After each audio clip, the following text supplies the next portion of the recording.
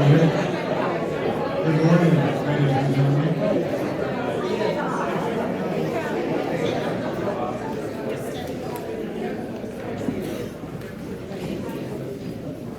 Could I ask everybody to please take their seats? There are still some seats available down here in the front.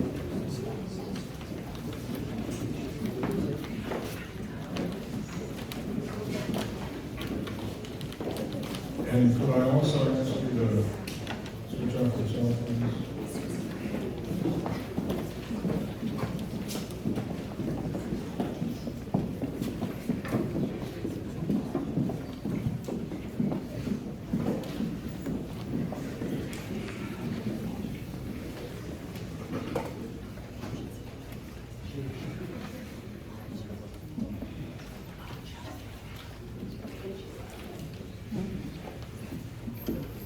Well, on behalf of the Korbel family, good morning and welcome to this celebration of life for John.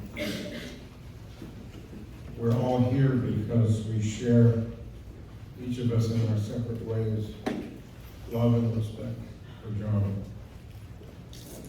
Let me begin by thanking His Excellency Miroslav Stashek, Ambassador of the Czech Republic, and his wife Dana, for their gracious support of our gathering today. And I'd also like to thank Jan Havranek, who is the Deputy Chief of Mission at the Czech Embassy, for his support. I'm Bob Dean, and I'm part of this special group because John and I, and of course Pam, began what turned out to be a lifelong friendship in 1969. I had been recruited by John's remarkable father, Josef Korbel, to study at the then Graduate School of International Studies, now the Korbel School at the University of Denver. Over the following years, I became a nominal, or at least an honorary, family member. I leaned on Joe for professional guidance, on his dear wife Mangela for warm, humor-filled evenings together, and most importantly, on John for the sharing of life's most intimate questions, something that deepened over the years and continued until a few weeks ago. It is said that friendship is a place where we put down roots. And this was certainly true for me and John. I feel that he and I and our families accumulated a life together. We shared similar values, beliefs, and attitudes, partly, I think, because we were both shaped in different ways by his father.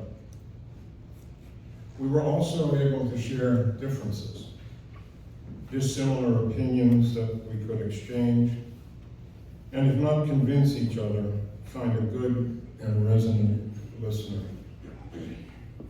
In the spirit of full disclosure, it was actually John's father, whose love for the United States and whose perspectives on our country's security and whose then opposition to communism turned me eventually into a Republican. And it was John, and for the similar reasons, years later, who turned me into a Democrat.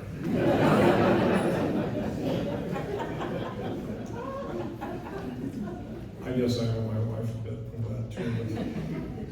I have such strong memories. I witnessed the years of Pam and John's day-to-day happiness. In an aside, Pam told me recently that when she first met John in high school, she returned from their date and told her father, "I think I could be in love with this boy." An immediate sense of empathy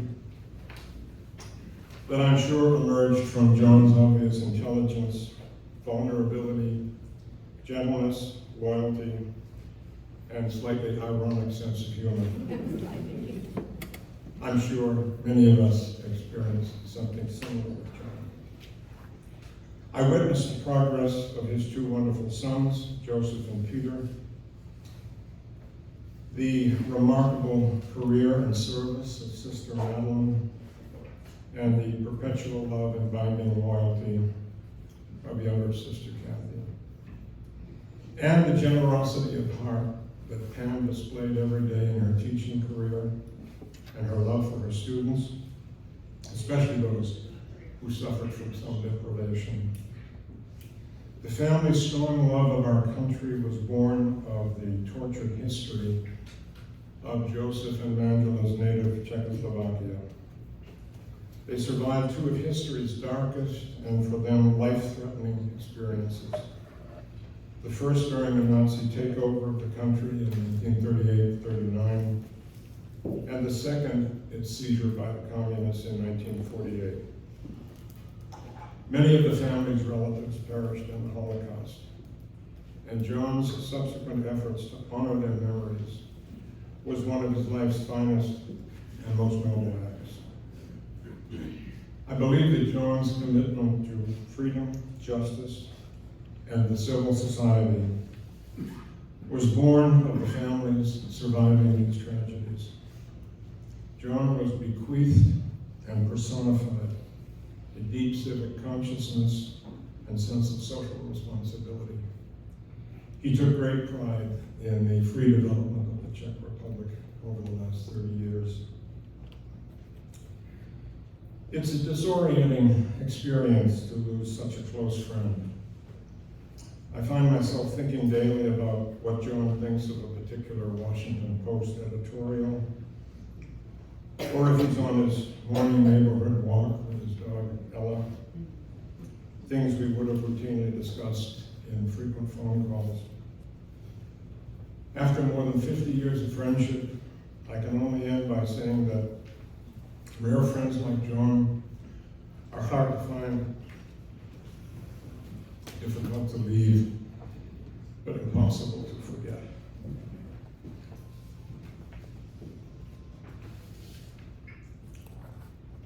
It's now my privilege to read a brief letter to the family from Michael Zantovsky. Michael is a close friend of the family's.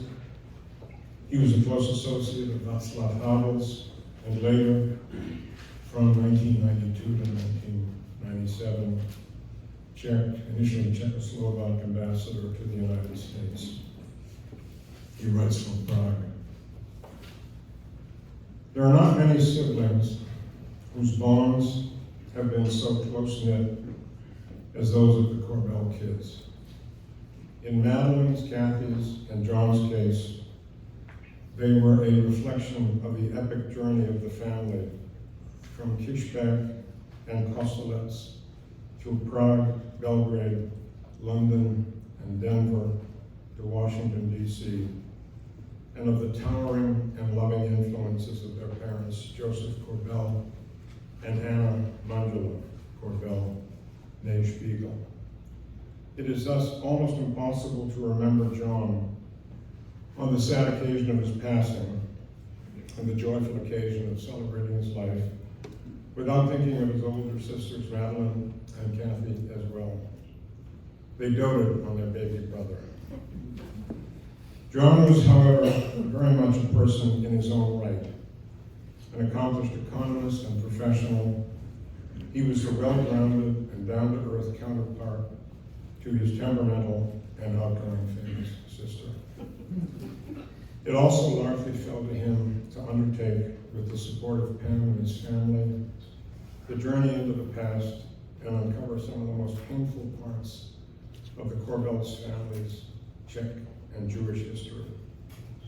Since first coming with Kathy to Prague in the wake of Madeline's appointment as the Secretary of State in February 1997, John was tireless in searching for and finding contacts, documents, pictures, and relationships that helped him to piece together the puzzle, first uplifting, then tragic, of the family story of growth and enlightenment, suddenly cut short by the horrors of the Holocaust, to which more than 25 members of the family fell victim.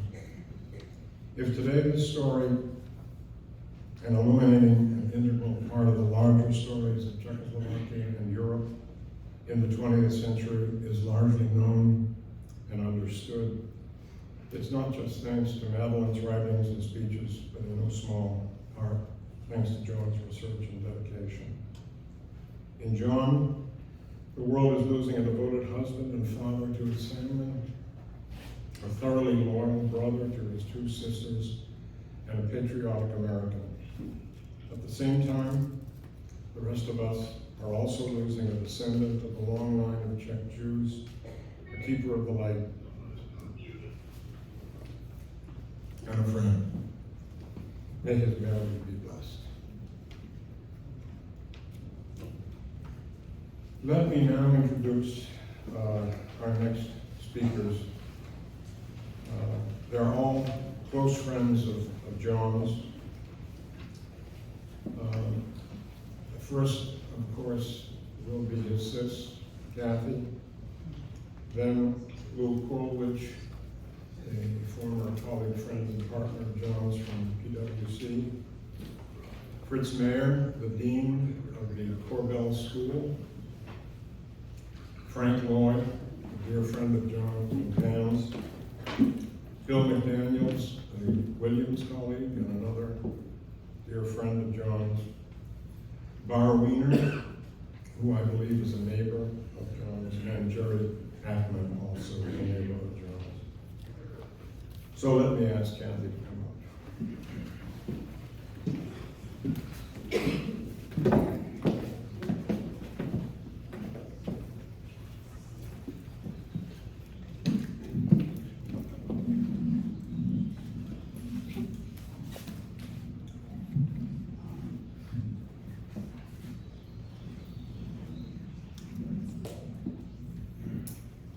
Hello, and thank you.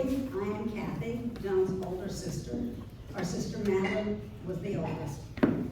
I have known my brother Johnny, or Yenda, as he was called by our parents, since January 15, 1947, when he was born in Belgrade, Yugoslavia.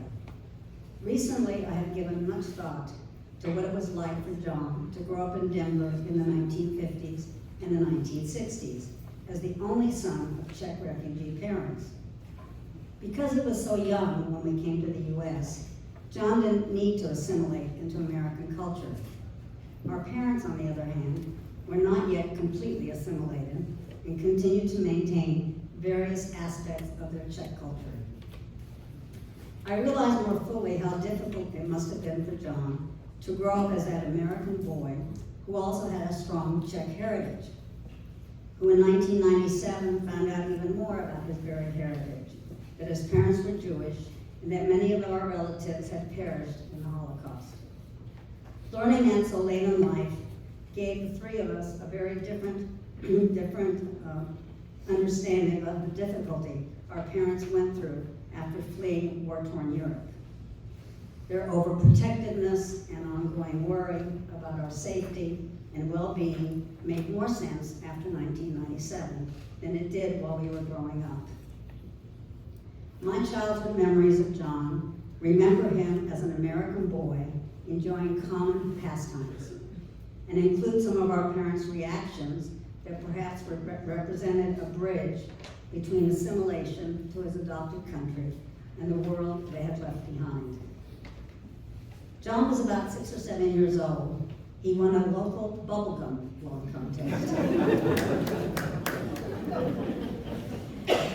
Imagine a hazy photo of a very cute boy with a crop of blondish hair behind a gigantic bubble. This photo appeared on the entire front page of the Rocky Mountain News. Our parents shared in John's excitement, yet were unsure why a bubblegum blowing contest was important enough to make a front page headline. Added to my parents' chagrin, much of John's hair had bubblegum stuck in it. As I recall, some of his hair had to be cut off. But regardless, John was quite proud of himself. John learned to play the cornet in elementary school and was really good. He participated in an all-city band, the Denver Junior Police Band. His competitive spirit won him first chair in the prestigious inaugural band. This meant he had the opportunity to go to Washington, D.C. for the inauguration of John Kennedy in January 1961. I'm sure somewhere there's footage of that band passing in front of the president's reviewing stand. Clearly, my parents were so proud of John and mind-boggled that as an immigrant family, that their son was going to participate in such an important historical event. They wanted him to understand how meaningful this all was. And it did mean a lot to him, as he shared every minute with them. But he also was a typical junior high school boy who recounted the fun he had on the train as he participated in a huge pillow fight that he proudly won. He was punished by the band leader and received demerits. John thought the pillow fight was worth it, so he took the demerits in stride. John always enjoyed, as a young person, playing sports. He was the captain of his high school football team at Colorado Academy. It was low on the rung of teams around town, but he played as if they meant to be state champions. It was fun to go to see some of his games, watch him play, and cheer him on.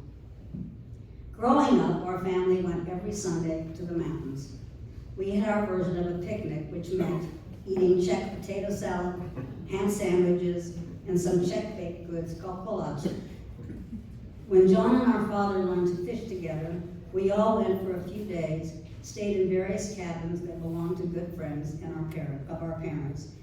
John and our father competed to see who caught the most fish or the biggest fish. There are a few great family photos of the two of them together, each kissing their winning fish. Their mutual love of fishing created a lasting bond between John and our father. In summers, our parents joined White Sands Beach Club in Denver. The name made it sound like it was a country club, but it was in a very modest location with a man-made small lake. Our father taught John to swim. He took very quickly to the water, winning numerous blue ribbons when entering the weekly races. We used to also play tetherball by the lake, and John always managed to keep hitting the ball, twisting the cord around the pole to win the game. One of the great things about where White Sands was located was that it was down the street from Denver's very first McDaniels, when you could get a burger for 19 cents. At the time, our parents never completely understood the idea of fast food. This was a new phenomenon, and John convinced them that it was a great idea to stop there before going home, so Mother wouldn't have to cook dinner. It worked. They were convinced. Fast forward to 1997, when we not only learned of our Czech roots as Czech Jews, but also that we had lost over 24 family members to the horrors of the Holocaust. In 1997, Madeline asked John, Pam, and me to travel to the Czech Republic to look into our family's background. John memorialized that week-long trip with amazing video and audio tapes. We went to our parents' respective hometowns, as well as homes of our relatives and old friends in Prague, with the purpose of uncovering the truth of what happened to our family, who had died in Terezin or murdered in one of the death camps. We visited the Pinkas Synagogue in Prague, where those family names appeared on walls in room after room, along with 80,000 other Czech Jews who died at the hands of the Nazis. After returning home, John was relentless in his research about our family, and ultimately, personally designed a memorial plaque that was permanently installed in Terezin in 2015. Our entire family commemorated the lives of our deceased 26 family members by attending this very special memorial event. John was the child who grew up as the most Americanized of the three of us, and yet he returned to his Czech roots by doing extensive research on our family. He was in the process of becoming a dual citizen and was writing a book about our father. John was able to go full circle. His life began in the Czech embassy in Belgrade, and today we celebrate his incredible life story here in the Czech embassy in DC. Our parents would have been so proud to know that he was a grateful American one who was extremely proud of his Czech heritage. They would have been in awe of his lifelong devotion to his wife Pam, and that he was a remarkable father to his sons, Joe and Peter, with their wives, Magda and Tina, and a doting grandfather to Izzy. I have lived around the corner from John and Pam since 1993, and occasionally we spent weekends at Madeline's farm together. But most remarkable and memorable were our annual full court press Thanksgiving feasts at the farm. It was tradition that Madeline prepared the turkey and always worried about whether it would come out on time. John always assured her it would be perfect and then carved it with precision. We had the entire family and close friends, around 25 people, but each of us brought something. For that we were always most thankful. John and I were not only family, but good friends. John and I enjoyed the best of each other, but there were also ones that were emotionally very difficult. John was a devoted brother to both Madeline and me, particularly when we needed his help and support. John was always there, not only with early morning drives to or from Sibley, but also bringing over his homemade healthy pizza and salad to make sure I was eating well. When Madeline was not well, he was there to do whatever was needed, including assembling all kinds of gadgets. When my dog was sick, he drove me many times to a specialized vet clinic. John's company was such great comfort. He was supportive, understanding, and he was my friend and my brother. I am bereft at having lost both Madeline and John within 1 year. John's death was a total shock. As I had just spoken to him 30 minutes before, but so grateful that I had had that last conversation. We usually ended each conversation with, "Love you, let's talk tomorrow." I'm so very sad that there are no more tomorrows. Bless you, my brother, Yenda.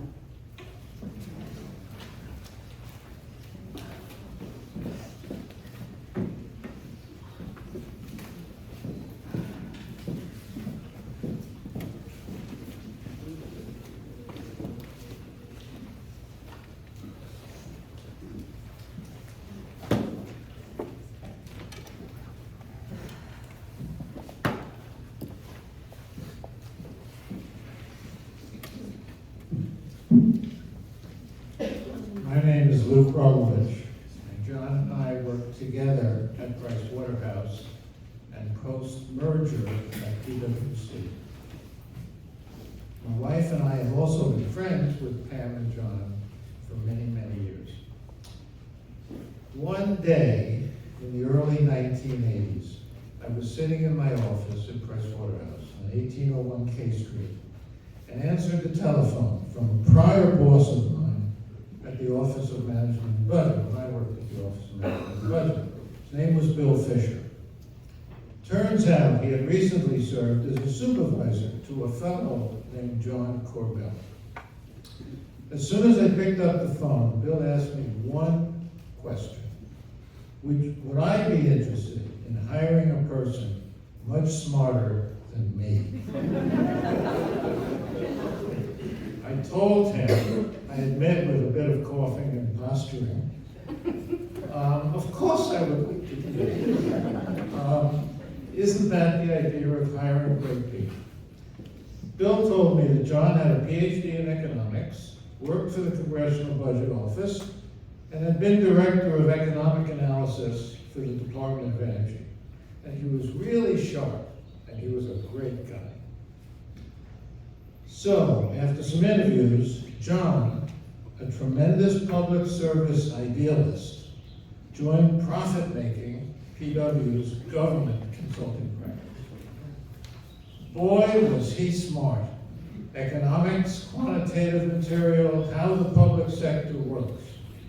But there was one feature that struck everyone about John.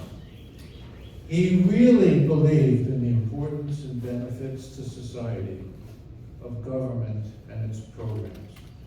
He wanted to improve how government worked, and he got upset when it didn't work well. I don't know, I really have the foggiest idea whether he got this idea from his father, with his illustrious government career, his sisters perhaps, or just it was part of the basic ethic and stuff that he was born with. But his clients valued it, his aggressiveness and his enthusiasm for tackling tough assignments with a serious attitude. John had a great career at Price Waterhouse, joining in 1981. He became a partner in 1986, part of our newly formed Office of Government Services in Washington, D.C. He successfully managed many engagements for federal, city, state agencies. He also held firm-wide roles. He was in charge of our hiring of MBAs. He was in charge of our training of management consulting staff. Training was a very big deal at Price Waterhouse. And on checking on risk management and compliance standards for PW worldwide. He was a terrific client service partner. Many clients, such as the Department of Housing and Urban Development, asked him back for additional assignments, which in a way is the ultimate compliment that a consultant can receive. His work covered strategy, organization, economic and financial analysis, and evaluating government programs. John was a leader who continually suggested new businesses to enter. I can't count the number of times he would hear of the legislation that was going through Congress that I had heard nothing about. Maybe he got it from some of you. But he had heard about legislation that was going through, and he immediately came up with ways in which the new bill represented a business opportunity for our firm. I remember 40 years ago, it's hard to believe, 40 years ago, he was working on a large year-long project for the Reagan administration to identify ways of reducing costs, while of course maintaining effectiveness. Quite a tough assignment with a few political aspects to it. John, however, he was perfect for that government assignment.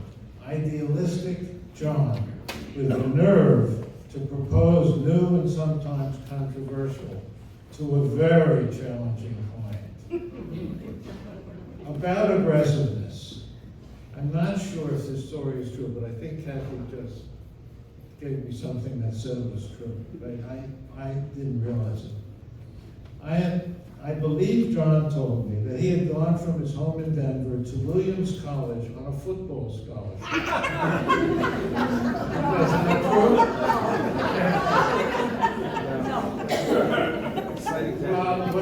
What he told me was that he went to Williams, and then he hurt his knee. Early, he damaged his knee. This is John's story to me. And he damaged his knee, couldn't play again. And then, of course, I really don't know if he gave up the scholarship. But he had to turn over his attention to academics and that sort of thing. And he couldn't play football anymore. Now, we know, well, Kathy mentioned his football. We know that John was not 6'2" and 250 pounds. John was a lot of things, but that was not it. So I can only imagine the aggressiveness that he needed to show on the field to win that scholarship. Now, if he didn't win the scholarship, then you just forget this paragraph.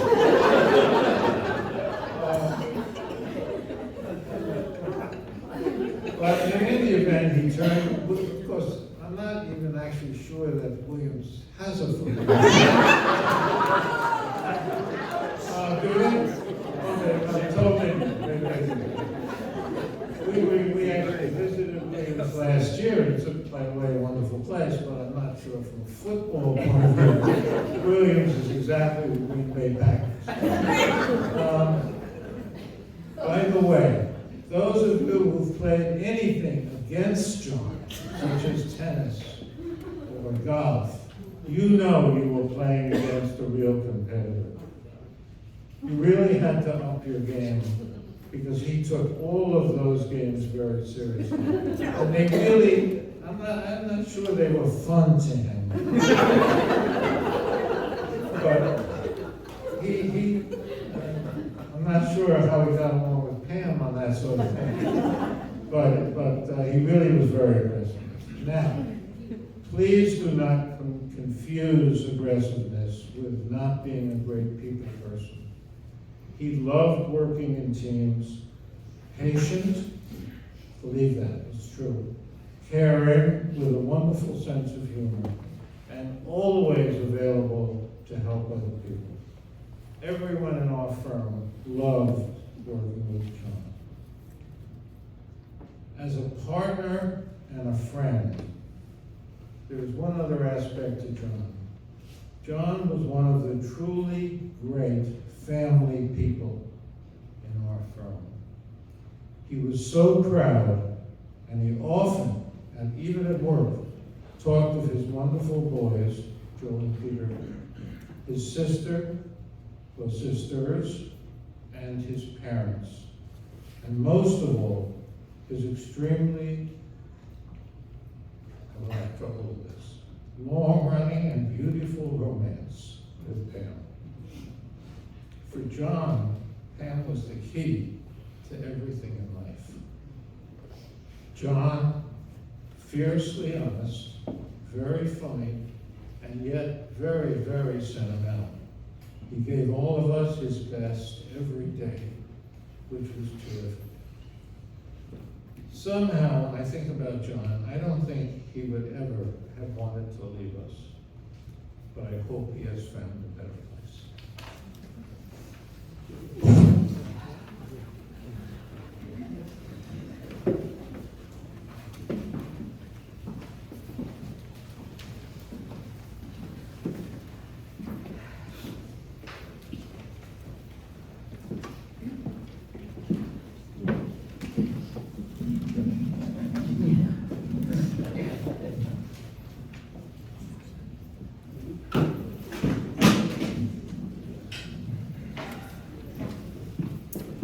Good morning.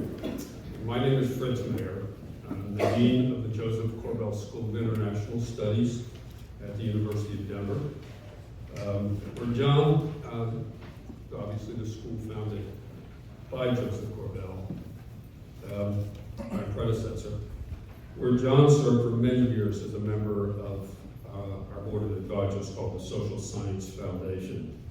So it's a great honor for me this morning to say a few words about my friend John. I imagine that I probably knew John for fewer years than almost all of you.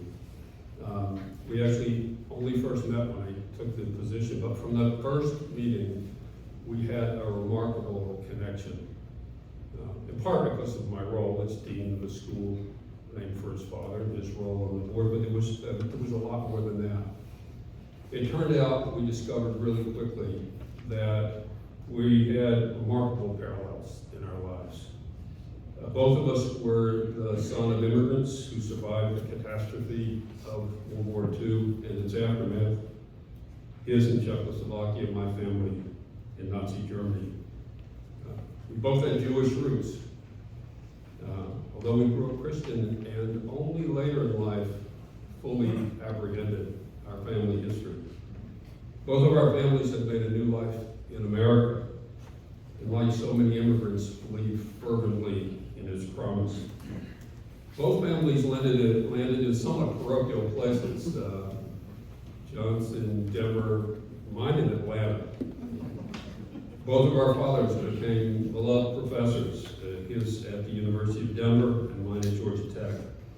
And I nearly went to Williams, which by the way has a football team. My sons played on the basketball team there in and his teammate actually plays for the Miami Heat. That's another story. I don't follow that at all. Well, you all know the Korbel family story. It is the great American story, and it's very similar to my own story, Mike. And I think John and I had very similar connections to our family story. At once defining, but also in a way distant. Kathy was talking about, for me growing up in Atlanta, John in Denver, sort of knowing the backstory, parent with an accent, at once American, but also somehow distant and somehow different, marked by that. And I think, for all of those reasons, John and I really connected. Last summer, my family published my father's diary, which he began after his father had been killed at Auschwitz, and shortly before he was taken to a forced labor camp, and then that he continued through the end of the war and the aftermath, and then coming to America. I didn't even know John knew about it, but John, we had one of our regular Zoom calls, such as life in the last few years. And John surprised me. He said, before we start talking, I wanted to tell you, I bought your father's book. I read it and found it really remarkable. And what he found remarkable was how much it reminded him of his father. For all the trauma and all the loss, there was no bitterness, no sense of victimhood, just a relentless desire to move forward and make the world a better place. And as we talked about our fathers, I realized, how much Josef Korbel was like my father, and he became something of a father figure to me, and John, my brother. John was, as all know, I always say, a kind, wise, and thoughtful man, a man of great humanity and generosity. A year ago, John recorded a wonderful tribute to his sister Madeline for the Korbel Honors, which is our annual gala event at the Korbel School. He recorded it because he couldn't attend in person. It was the same day as the memorial service at the National Cathedral for Madeline. And in this recording, you can see the qualities that defined John. So loving, so generous, so proud of his sister and his family. So aware of the importance of family. Now I say see because if any of you Zoomed with John in recent years, he never figured out the technology. And the fact that if you were sitting in front of the window with backlit, you actually couldn't see his face. And so much to his chagrin, we had to kind of cut out the video of this and edit it. And John was initially really annoyed because he poured his heart into this. But we had many wonderful images, of course, of Madeline that we could use. And his words were so powerful and so moving, there was not a dry eye in the house. Next week, at this year's Korbel Honors, which we long planned as a tribute to the legacy of Madeline, Condoleezza Rice will introduce Hillary Clinton, and we'll have a conversation about Madeline. We will now also be honoring John's legacy and dedicating the event to his memory. And I'm so glad, Pam, that you and Peter and Joe will be with us next week. The Korbel School meant a lot to John. He was so devoted to doing all he could to support it.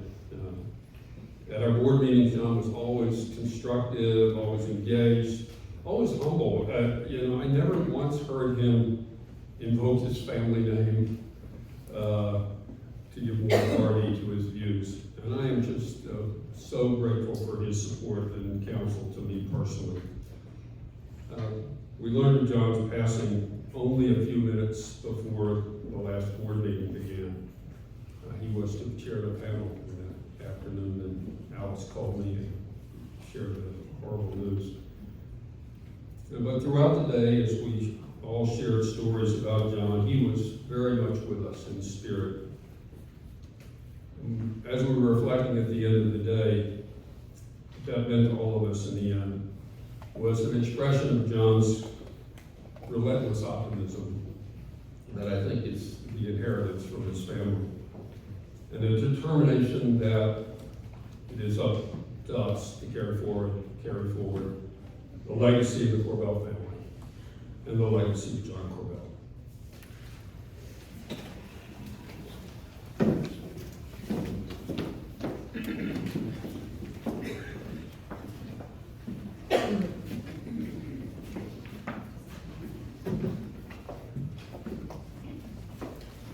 Need a little help there.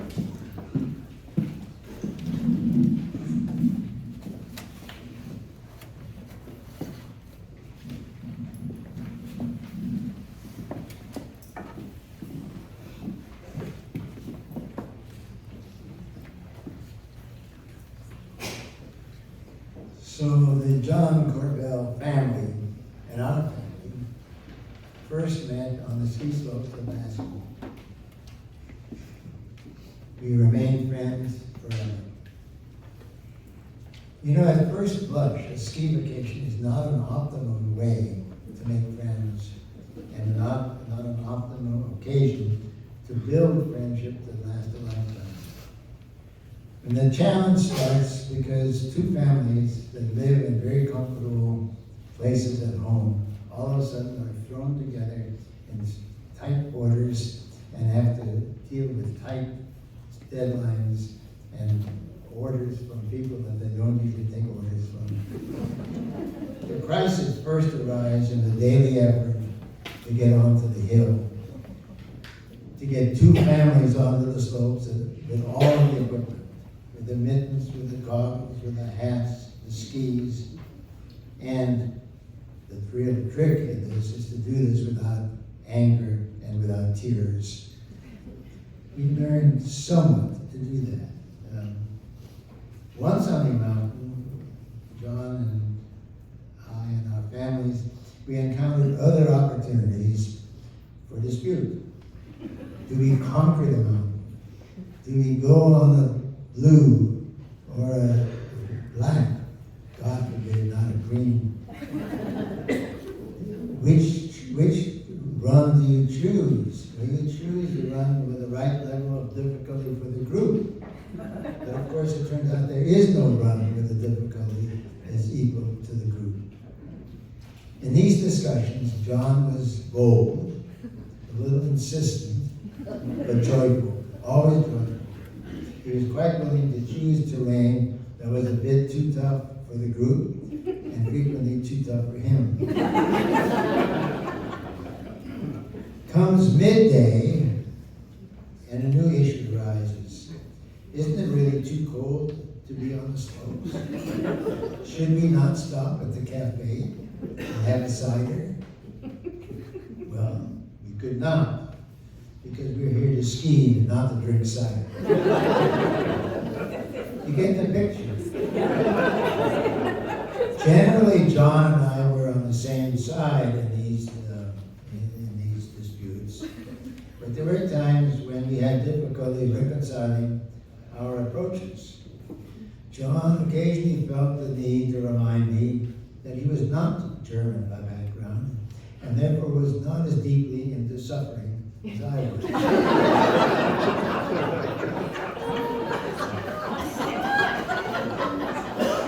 I guess the point is this: family ski vacations test a relationship. They really do.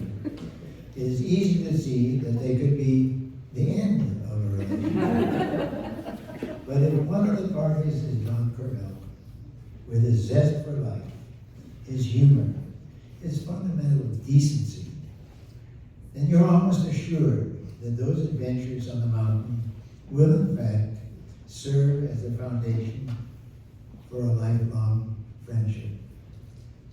How lucky for the whole Lloyd family and that we had those moments, that we had those adventures, that we had that friendship, and that now we have those sweet memories.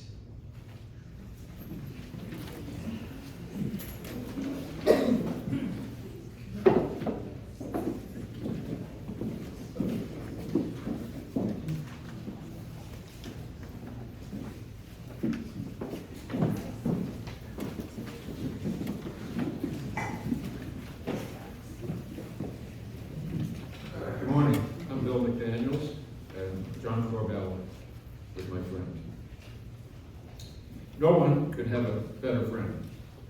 We met later in our lives, and for many years that we knew each other, our careers were either winding down or head wound down. We had time to have great times, and that we did. John had many friends. The number of people here this morning are a testament to that, and certainly a fitting tribute to John. Why did John have so many friends? Well, he was a very likable guy. I always felt lucky that we had hit it off. We built many memories together that I will cherish forever. John was smart, high energy, engaging, interesting, and a joy to talk with. He had an easy manner, an engaging smile, and a sly sense of humor.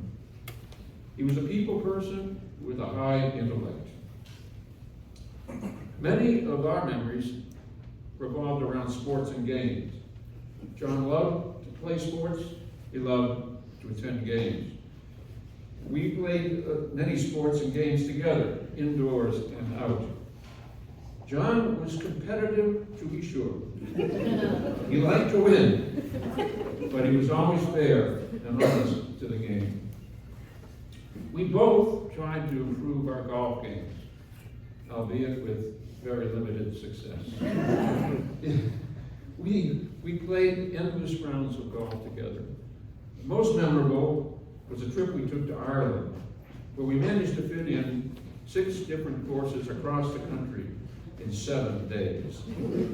And John, I'll tell you, when John Korbel was in Ireland, he became Sean O'Korbel. That was amazing. He was greeted so warmly everywhere. I think, who am I? I'm Irish.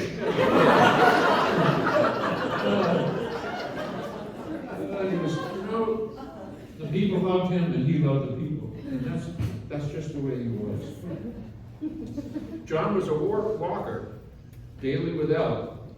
He and I had many memorable walks together, filled with amiable chatter. An early walk for us, and I think David Reed was there maybe for part of this, was through Snowmageddon, when we went downtown from Newark Street to see a Georgetown University basketball game. Another one was in Barcelona, where we walked around the city taking in all of the architectural highlights.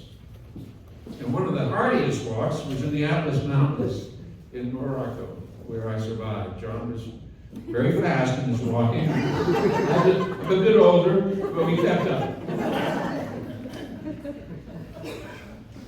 But John was by no means just about fun and games. As you've heard, he was a serious person. After a successful career in public service, he distinguished himself at PwC. He was a lifetime learner, an avid reader, into both a movie club and book club. And I know he was working very hard on the book about his dad. John was a caring person. He cared about the Cleveland Park community where he lived. He cared deeply about our country. He closely followed global and world events and was always eager to talk about the same. What John cared most about was family. He was a loving son, a loving brother, a loving husband, a loving father, and no doubt a doting grandfather. He was a constant presence for Peter and Joseph. And he was thrilled when each of them found his lifetime companion. One cannot think about John without thinking about Pam. They were inseparable, with a lifelong love affair since teenage years. Theirs was a beautiful relationship. Kathy and I so enjoyed being with them. We attended numerous concerts of the National Symphony Orchestra together. We had countless meals together, including memorable wedding anniversaries, dinners here in D.C., in Spain and in Morocco. They eat dinners at the house because Pam was the greatest of cooks. But John was no slouch at the barbecue, as he was wrong to tell you. And he was good. If you had his lamb burgers, you know that. His special way about creating those hamburgers. And how about that grilled salmon?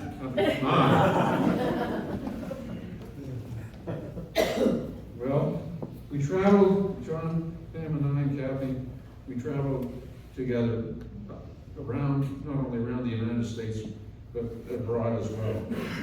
And we laughed a lot together. I think about John a lot. So many things trigger his memory because we shared so many things together. I will miss the walks, I'll miss the talks, I'll miss the laughs, I'll miss John. But for Kathy and me, our lives have been greatly enriched by knowing John and Pam, and we will remember John forever.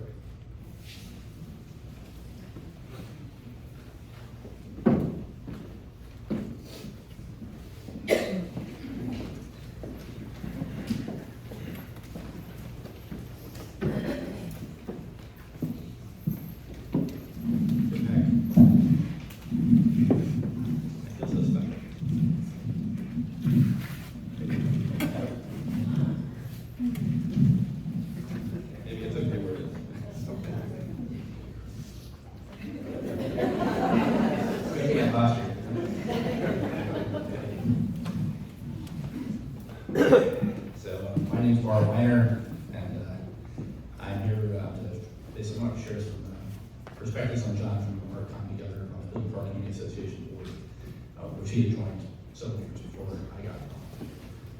I should probably begin sort of just that, but I really going to give this my sort of takeover line, which is among close friends, old friends, family. I'm new to the community of John, and really my family, I think is somebody that I aspire to be more like him. I met him through the board, thanks to Pam. It was kind of a funny story because he had a treasurer, which I guess isn't too surprising. He was bear in mind this is a pretty simple organization with very little money. We do very little with it. It's not very complicated what we do. But no one wanted to be the treasurer. So when I raised my hand as interested in becoming treasurer, I really got into the board. And John was kind enough to show me the ropes. And at the time I thought, he's a little into this. And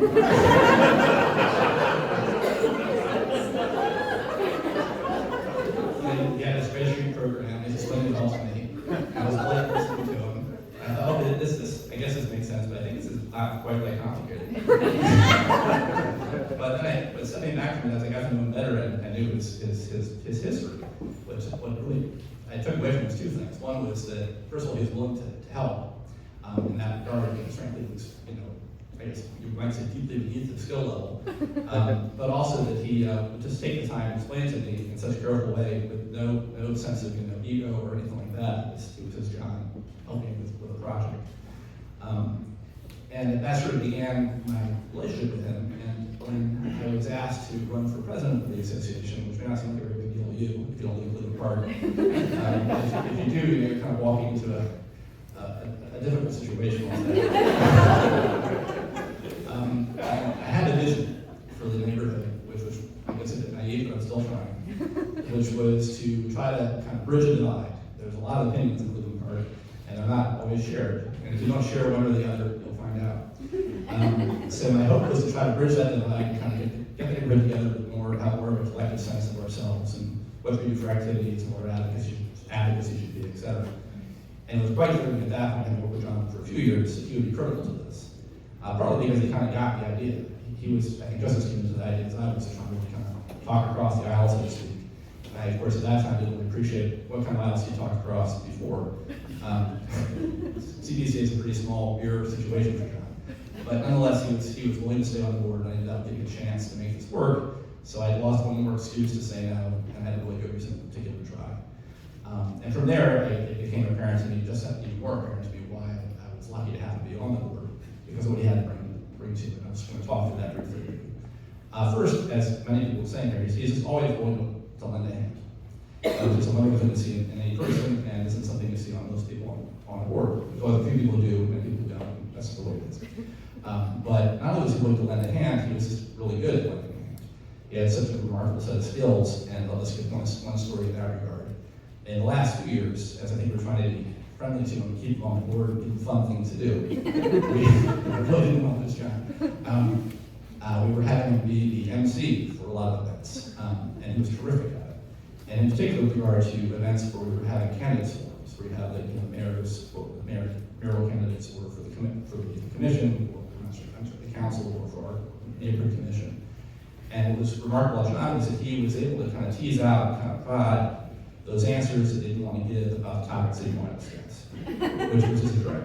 But what was more remarkable was he was able to do that in such a way that no one ever took offense. He just had that kind of skill set, which was very impressive to see, and we were glad to have him be able to do that for us. In addition, there was a lot of difficult issues to think through.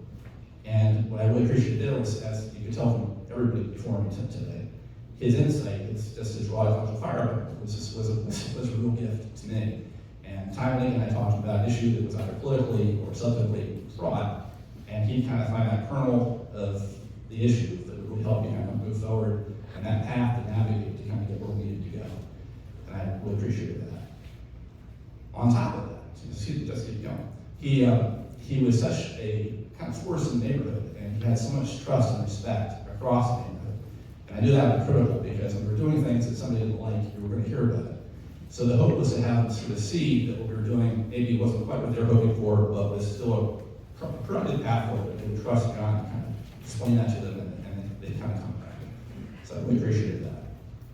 But lastly, and most importantly to me, and this is something we've heard again and again today as well, it was just John being John. It was the pleasure of working with him and made such a difference because he was just, not just a nice guy, but he was sort of a light personality in this context. I can't speak to his competitive nature. I think that sounds a bit different, but in this context, he was pretty light.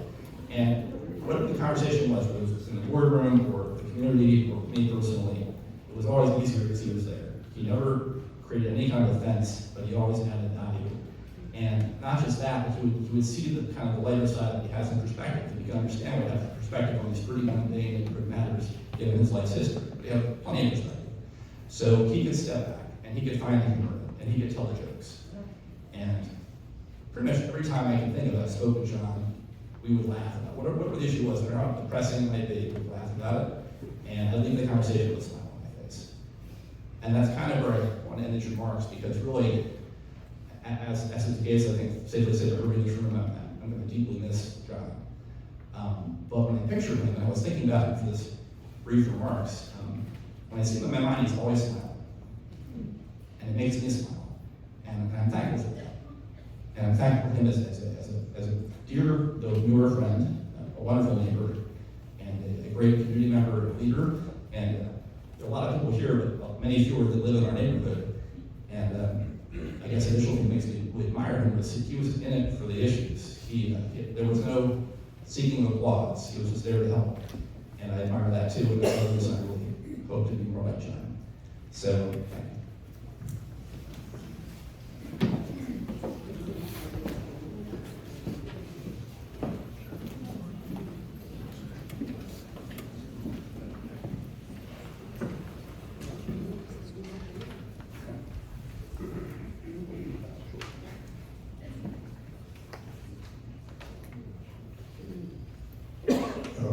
I'm Jerome Akman, one of John's close friends. As you probably, since I last, you've probably heard a lot of this already, but it bears worth repeating. John was an intellectual, charitable, public-spirited citizen, devoted husband, father, grandfather, brother, uncle, and a great friend. And I might add, an avid, but not so great golfer. Our friendship dates back to the early 1980s, and as many friendships start, my wife Susan and I met John and Pam through our kids. We've been like family, and John and I best friends ever since. John lived life at 100 miles an hour, as if there was no time to waste. He traveled the world, filled an insatiable appetite for knowledge, not good food, and had too many friends to count, as you can see here. He was in a way a sort of a groupie, with his neighborhood civic group, book group, movie group, golf group, debate group, wine dinner group, and the most important group of all, his family. When one thinks of John, as you've heard today, perhaps one of the things that comes to mind is that he was very competitive and sometimes an intense person. John's competitiveness and intensity made him an easy mark to tease.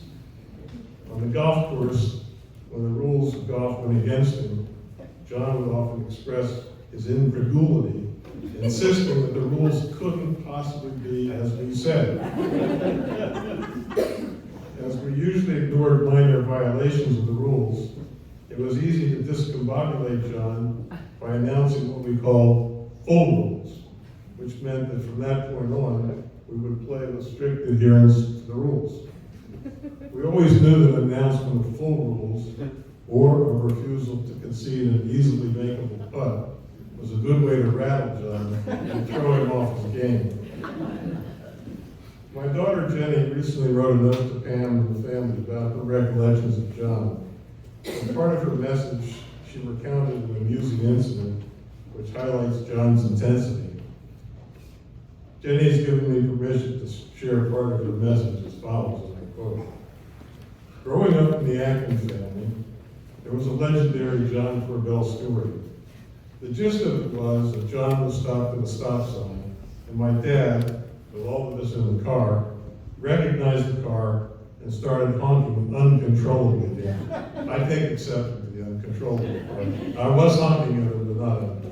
Anyway, John in turn put his car in park, got out, rolling up his sleeves, ready to set straight the jerk who had the audacity to lay on the horn.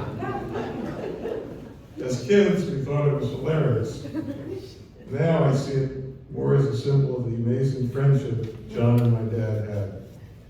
The two of them always had a good time, whether they were giving each other a hard time, as in the car incident, competing on a golf course, going to national games, enjoying their wine club, discussing their debate club, and supporting each other's families.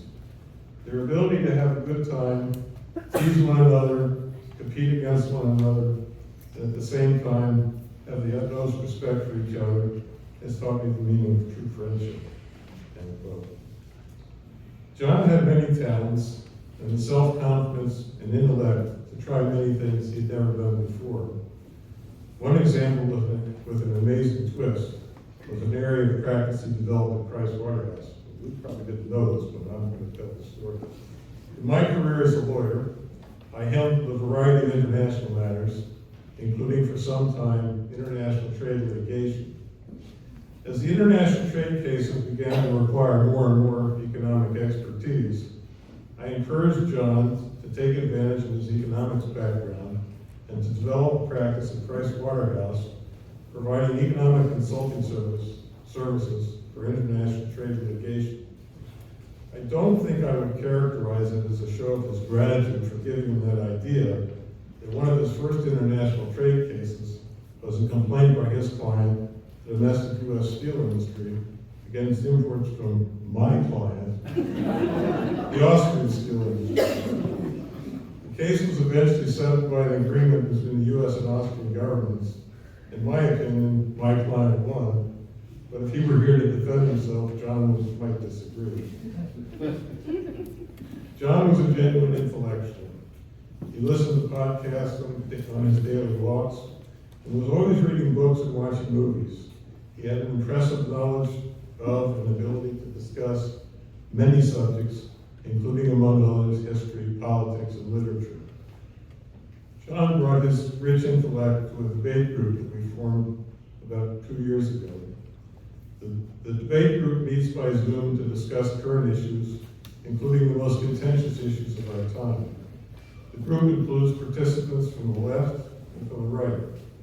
The main objective of the group is to prove that we can come to issues with diametrically opposed points of view and still discuss the issues in a civil manner.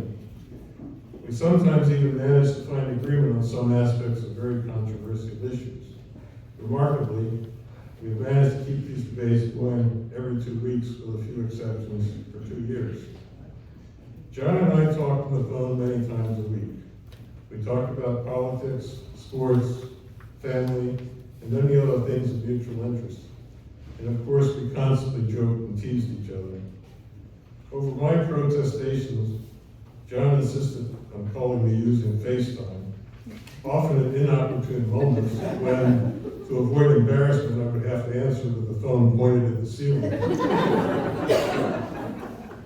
You might say that John married up. We all know that Pam is a beautiful, loving, charitable, and talented person. Pam has been John's soulmate and intellectual partner, sharing their mutual love of books, movies, travel, good food, family, and friends. And John was justifiably proud of Joe and Pete, and was never shy about sharing that pride with anyone and everyone. John would show us photos and regale us with all of Joe and Pete's latest exploits and accomplishments. He would wax eloquently about his daughters-in-law, Magda and Christina, and like any good grandfather, he adored his granddaughter, Izzy. My wife Susan and I last saw John the day before he died. He was still having some post-operative issues from his heart surgery a few weeks earlier, but issues that were not an uncommon part of the recovery process. He repeated that he was making progress every day, as he had been telling me in our daily calls, and I had the feeling that he was well on the road to recovery and would be back in action even on the golf course in 6 to 8 weeks. He was in good spirits that day, and at least mentally, seemed very much his old self. In addition to his recovery, he talked about how grateful and appreciative he was to have such a wonderful and supportive family who'd been with him for the surgery and during the post-operative recovery days. And as always, as we were always wont to do, we joked and teased and laughed a lot. In many ways, it was just like old times, and I left feeling confident that he was indeed well on the road to recovery. And I was looking forward to the days when we would be back together again on the golf course. And then, shockingly, the next day, when I placed my daily call to his cell phone to check on how he was feeling, I received the crushing news that he had suddenly and unexpectedly passed away just a couple of hours earlier. It's still hard to process what happened. John meant the world to his family and friends. He left a rich legacy, having brightened our lives with his friendship, sense of humor, memories of great times together, and devotion to his family and friends. I will close with one final thought. Decades ago, on the occasion of the 40th birthday of our friend Mike Dickens, way back there, a number of us, including Pam and John, gathered at the Dickens house for a celebratory dinner. During the toast, Mike was moved to talk somewhat emotionally about our group of friends, whom Mike dubbed Friends for Life. At the time, Mike was teased, perhaps a bit unmercifully, for being a little too sappy. But in fact, Friends for Life became the mantra of our group of friends, and from time to time, we remind each other that we are friends for life. John fulfilled his end of the bargain. He was a friend for life.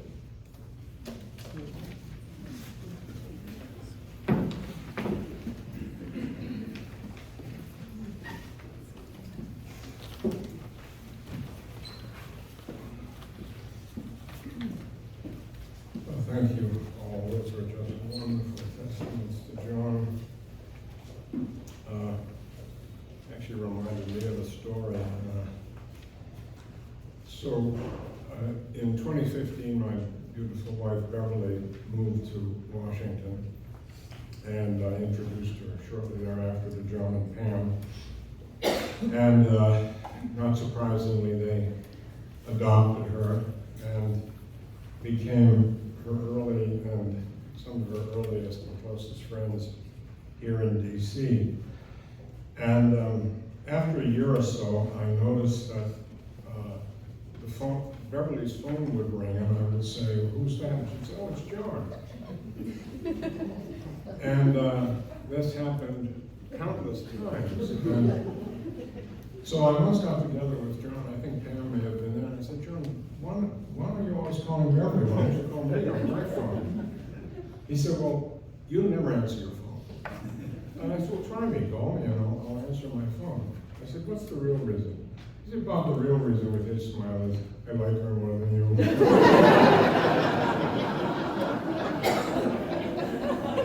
True story. Anyway, thanks to our wonderful speakers, I learned an awful lot myself just listening to you. And it's just wonderful how John can move people this way.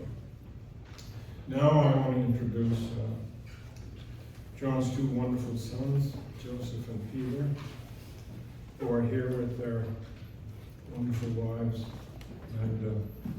and Christina. And a special thanks to Christina for helping organize this wonderful session today. So, Joseph?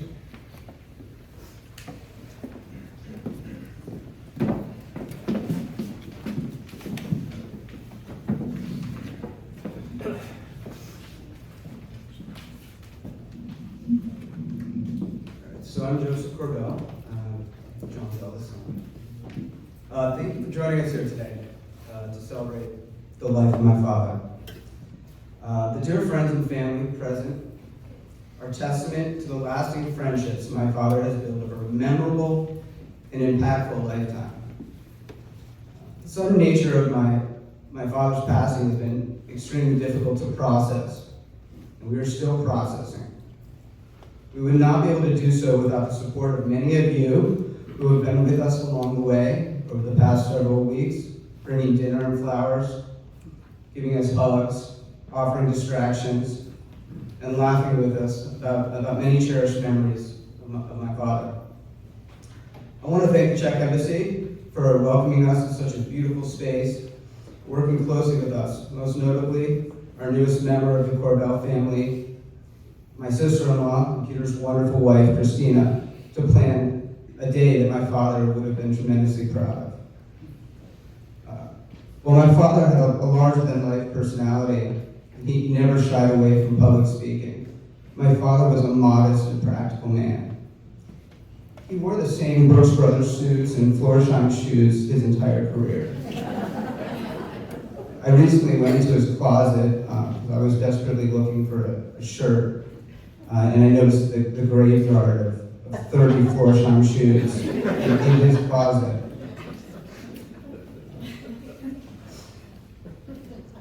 I know he's probably looking down now saying, how will this event be paid for? Don't worry, Dad. Sometimes it's okay to splurge. The Korbels don't really splurge. It's difficult to begin speaking about my father without recognizing where we are and what being Czech meant to my father. Well, he grew up in Denver. He was steeped in Czech history and never forgot the country from which he emigrated. I will always remember him speaking about his mother, Mandela, who famously stated that the two most beautiful cities in the world were Prague and Denver. My father was strongly influenced by his father, Josef Korbel, my namesake, and the leadership and diplomacy of his sister, Madeleine.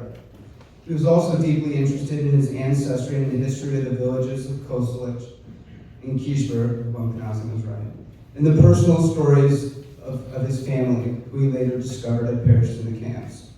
He wanted everyone in our family to know their stories that were so grim and sad.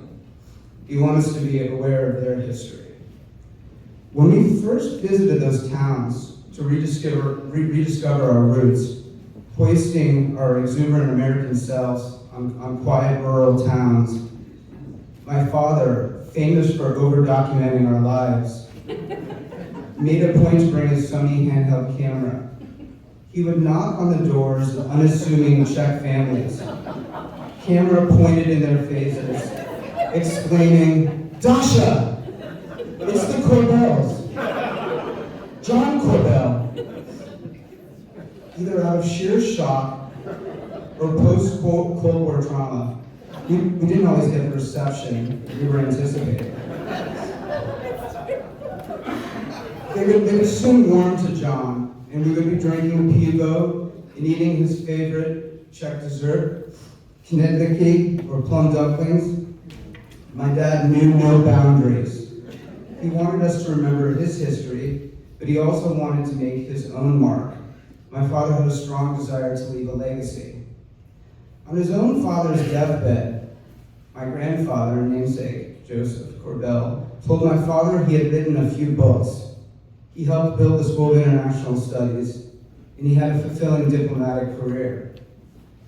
But his only regret was that he hadn't played with his children as much as he wished he had. This clearly stuck in my father's mind, and he wasn't going to have a similar regret as a father, and he certainly didn't.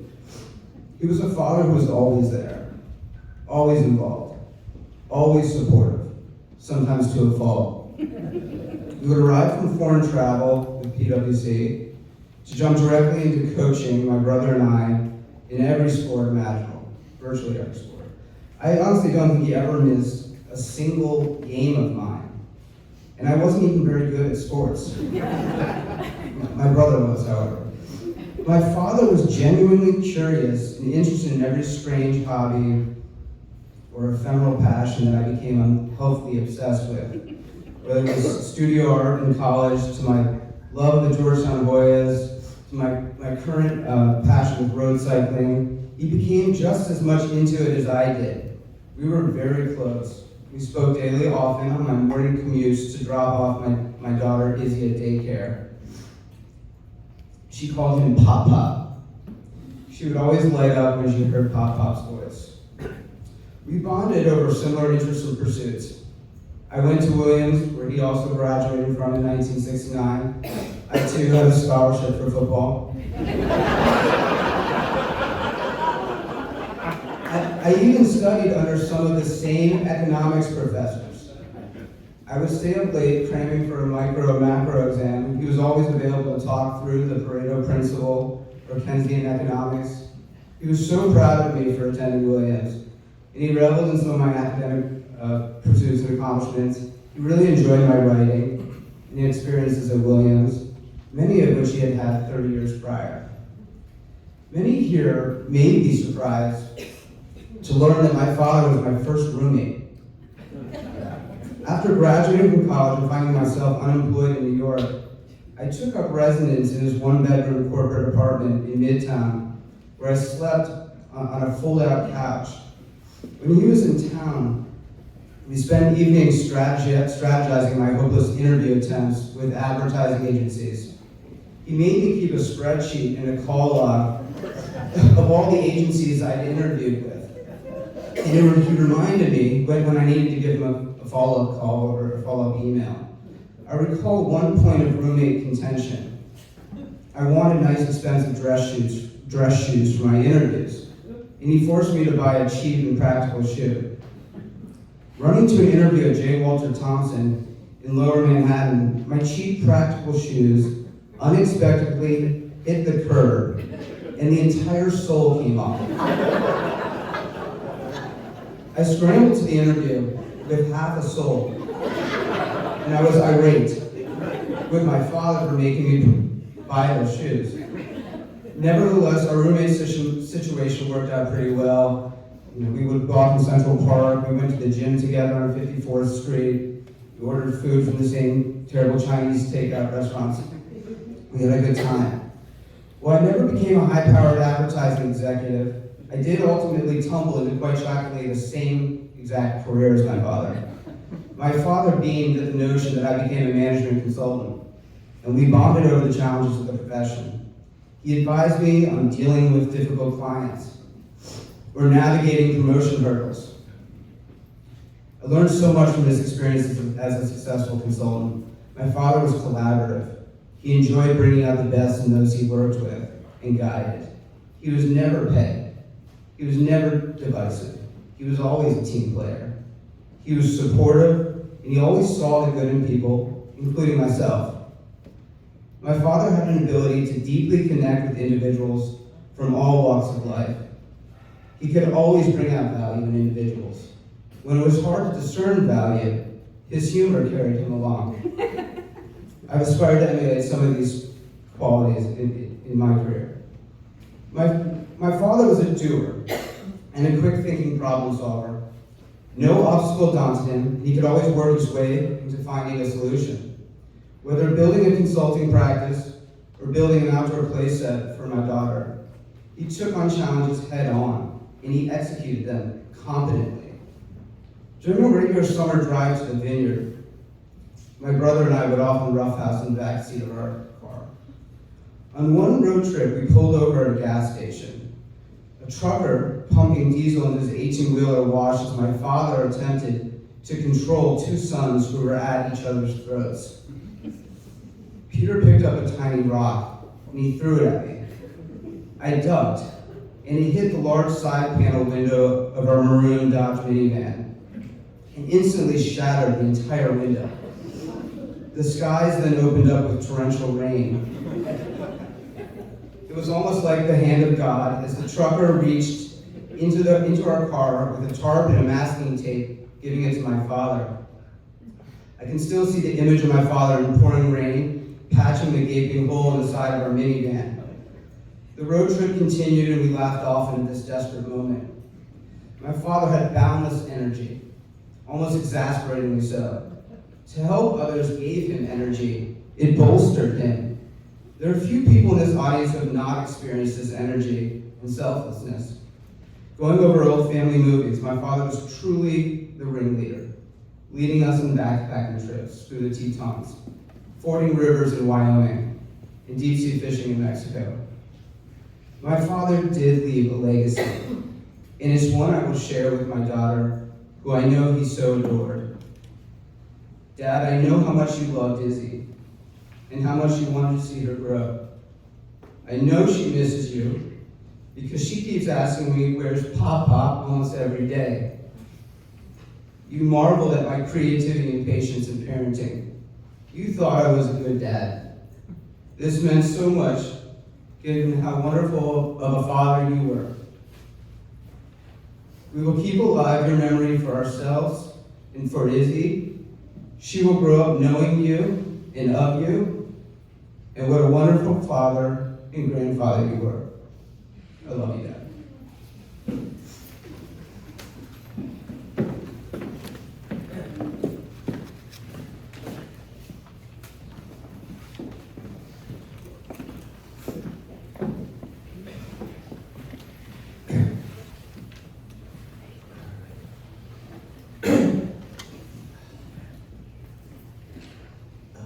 Thank you to those who could gather with us today. My father would be so happy to see us celebrate him in such a place connected to his Central European roots. I extend my heartfelt gratitude to each and every one of you. Your presence lifts my family's spirits and serves as a beautiful testament to the love my father had for his vibrant community of friends and the meaningful life he lived. My father was a man of great integrity, kindness, generosity, and wore many hats in the lives of those around him.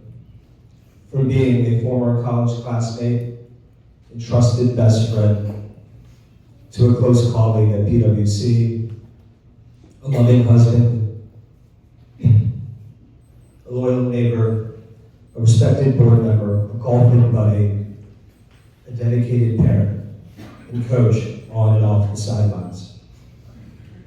To everyone here, he was a profound individual, but to me, he was the one that I looked up to most, and my best friend. As the youngest son, I witnessed the unwavering love and devotion my father showered upon my mother of 55 years, as well as his dedication to my brother and me. I have early childhood memories of him flipping banana pancakes and then riding us around in his neighborhood convertible. His affection had no limits as he consistently made time to lavish us with unconditional love. He was determined to provide us with a life full of opportunity. It is with eternal gratitude and immense pride that I stand before you today as his grateful son and proud son. Some of my most vivid memories date back to my Little League baseball days with the Angels. Despite my father being a modest baseball player, he taught me the fundamentals of the game, a true metaphor for life that takes nearly a lifetime to fully comprehend. Patiently and without judgment, my dad watched me play and grow as a player, chaperoning me from one baseball diamond to the next, rain or shine. It was one of his favorite pastimes. He was my biggest fan. And next came basketball, racing with me across DC's 4 quadrants.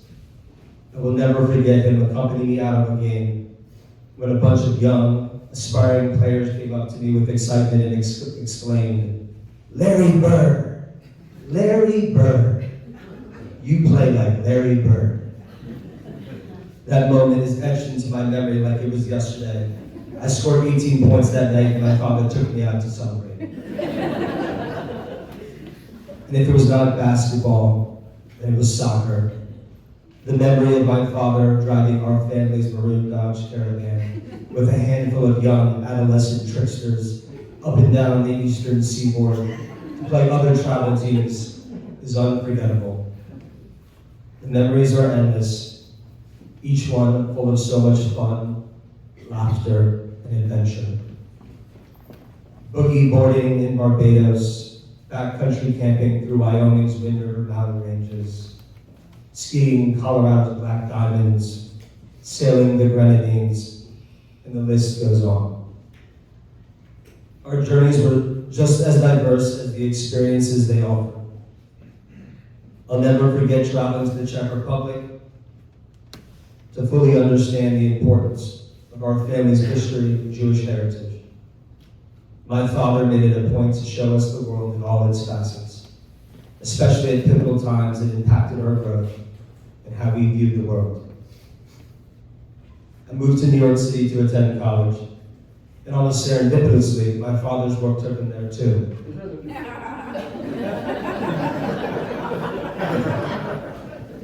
Some would say he did so to get closer to watching me play baseball. In fact, he never missed a single one of my 57 college games each year. It was such a special time in our lives. We were living in the big city together. I was learning and building new skills as a freshman, while he was leading a new initiative within the firm. I have such fond memories of hopping on the subway down to 50th and 8th Avenue for takeout dinners, a Broadway show, or to catch the Georgetown boys occasionally went at the Big East tournament in Madison Square Garden. It was electric. Into my adult life, my father was more than just a parent. He was my closest confidant and trusted business partner. We shared an unbreakable bond that extended into every aspect of my life. We literally spoke every day, sometimes 2 or 3 times, starting in the early morning as he set out on his daily walks with his beloved dog, Eleanor, who helped him keep a very active lifestyle. And other times he would sit at the breakfast table with my mom, eating his steel-cut oatmeal with nuts and fruit. He was a creature of habit. And so am I. And during our calls, we would delve into everything, from work to politics, business ideas, friends, travel, relationships, and sometimes we would just sit there in silence, just simply enjoying each other's company. I cherish those moments, and I miss them now more than ever. He was my rock. He was always just a phone call away, available to lend an ear and provide his wise counsel, especially at times when it mattered. My father was a fighter.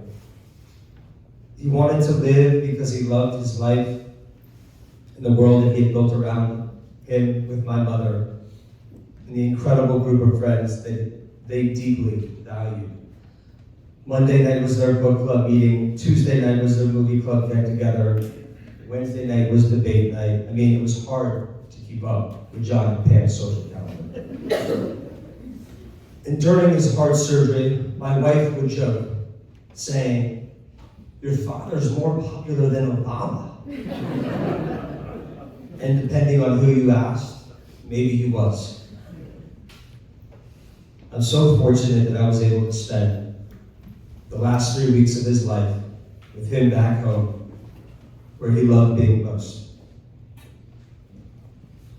We would take short walks through Cleveland Park's cherry blossom lined streets, perfectly in bloom, reminiscing about my childhood and all the great times we had together. I'm grateful that he was able to attend our flash wedding, perched on a cliff overlooking the Mediterranean Ocean. He loved my love story. And he would say to me repeatedly, "Peter, you finally met your match."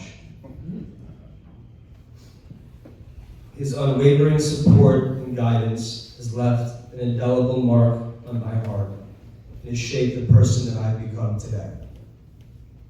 There isn't a day that goes by when I don't think about him, and that will never change. Dad,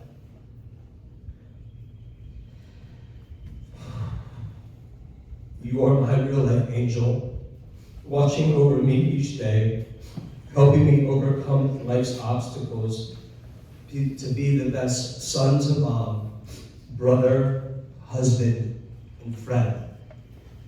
I have no regrets. You gave us all the tools to be great leaders in our community, and I will not let you down. Your eternal spirit lives in me, as well as the many lives you've touched, and the children we look forward to bringing into this world. I promise to honor your name and our family. And as they say, grief is the price you pay for love. And so I will forever grieve your loss. However, I will always remember every moment that you've given to me to hold on to. I love you so much. I will miss you every day. I love you. I love you. I love you, Dad. Until we meet again, your son, Peter. Mom, would you like to say a few words?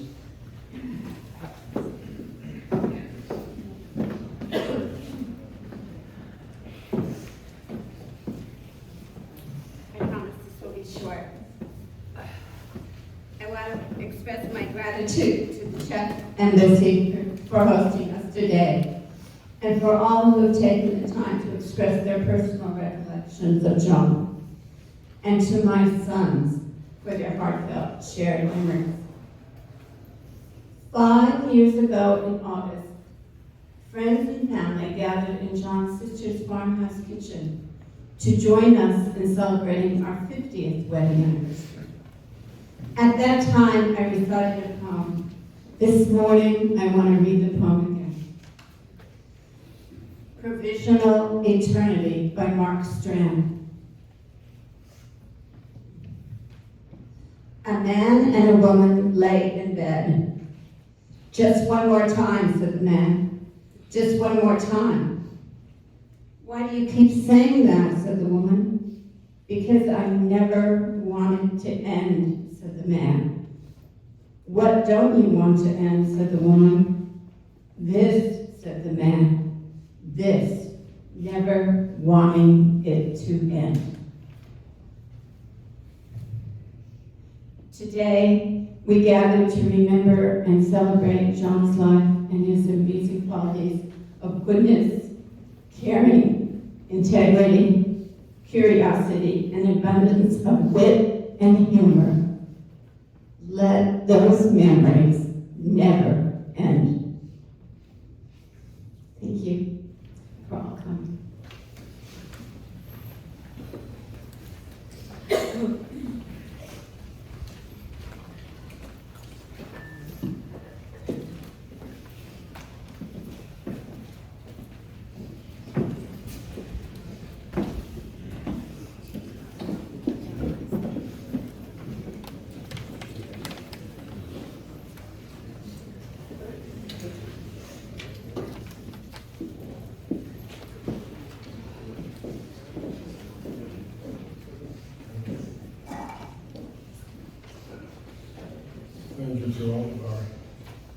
family and for all these wonderful memories.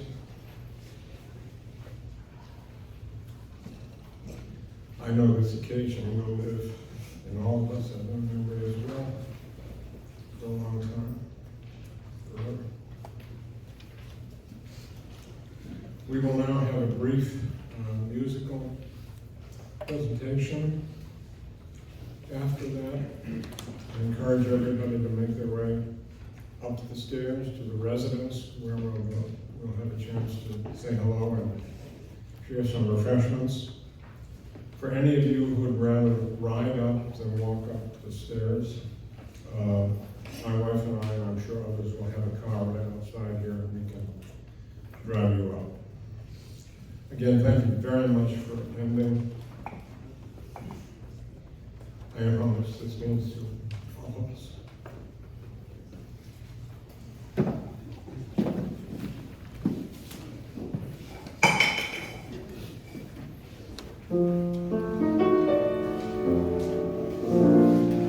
There's a saying, that says that love is blind.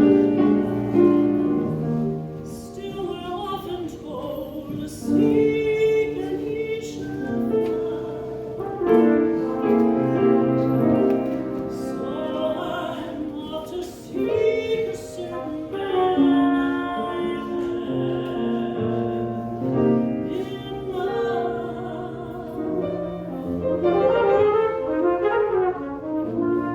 in looking everywhere, hadn't found him yet. He's the big affair I cannot forget. Only man I ever think of with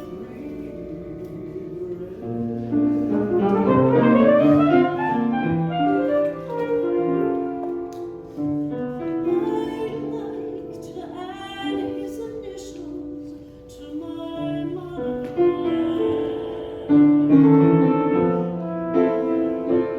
Tell me where is the shade for this lost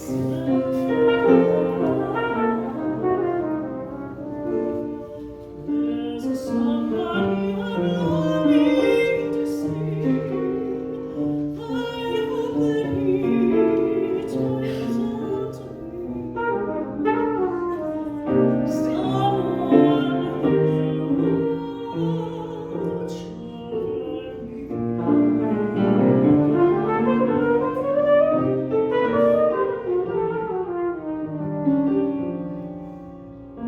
I'm a little lamb who's lost in the wood, and I could always be good to one who watch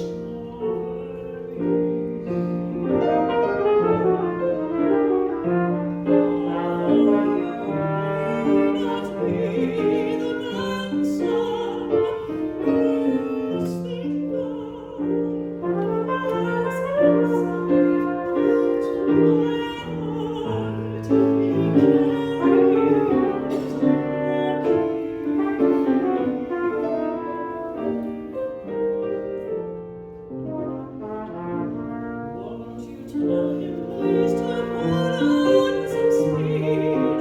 For I need someone to watch